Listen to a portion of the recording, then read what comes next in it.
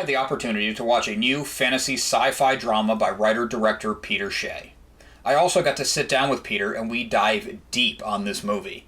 I had a ton of questions and embarrassed myself by gushing to the creator, but I got some answers on things in this fantastic movie.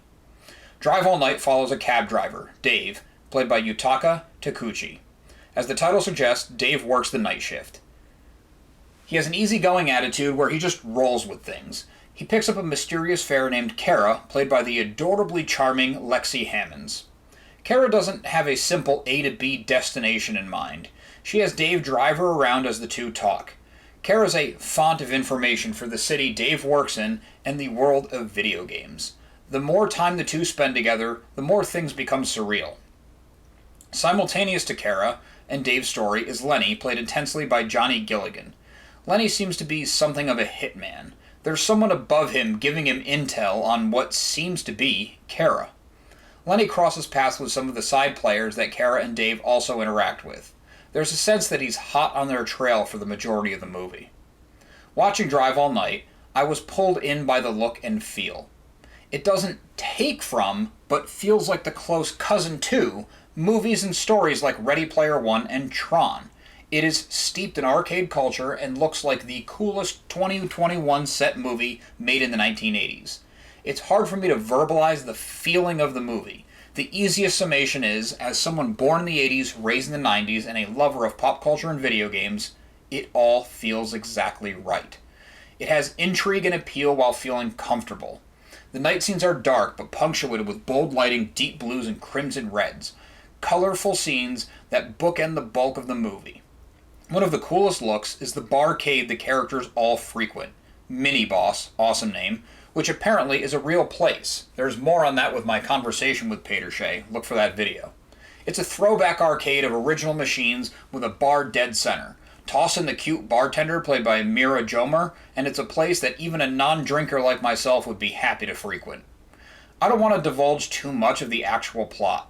Peter and I do talk about it. He was kind enough to let me spill my theories and confirm or deny how close I was on things. I would say stop watching this, wait on watching my amazing conversation with Peter, and see this movie. The story, come back to the videos after that. The story, as it unravels, is something of a mystery. It's not straightforward. What you see is what you get. There are a lot of clues with the coloring, tone, and some pickup shots. Sit back and enjoy the ride. You don't need to be sitting there dissecting every single little thing. All the elements are there, and as the movie wraps its third act, it'll all click. It's a movie that makes you think in all the best ways. After the movie wrapped, I had a feeling that I enjoyed it. Then I kept thinking about it. It kept coming back to the top of my mind. The pieces slowly arranged themselves and more clues came to light, showing the brilliance of the script.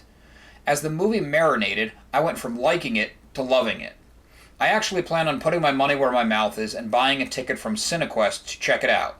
Hopefully this time on my big screen and not my laptop. Drive All Night is premiering at Cinequest 2021. The online festival is taking place from March 20th to 30th. I believe tickets to buy a movie are only $4. This one is well worth it. There will be other festivals, but I'm not sure if the general movie-loving public will be able to grab it then.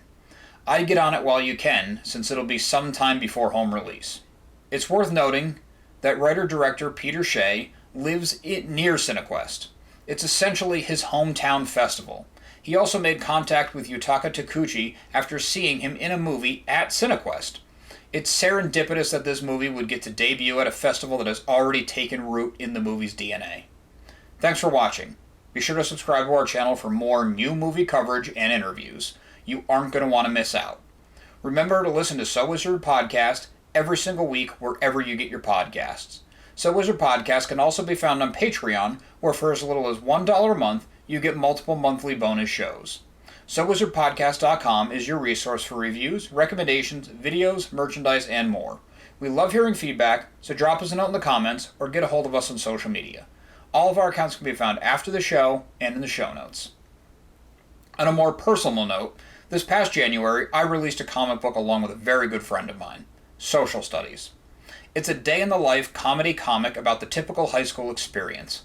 We have a cast of unique characters with a lot of individuality. The art style is greatly inspired by the cartoons of the 90s that we grew up on. Check it out at socialstudiescomic.com. Thanks.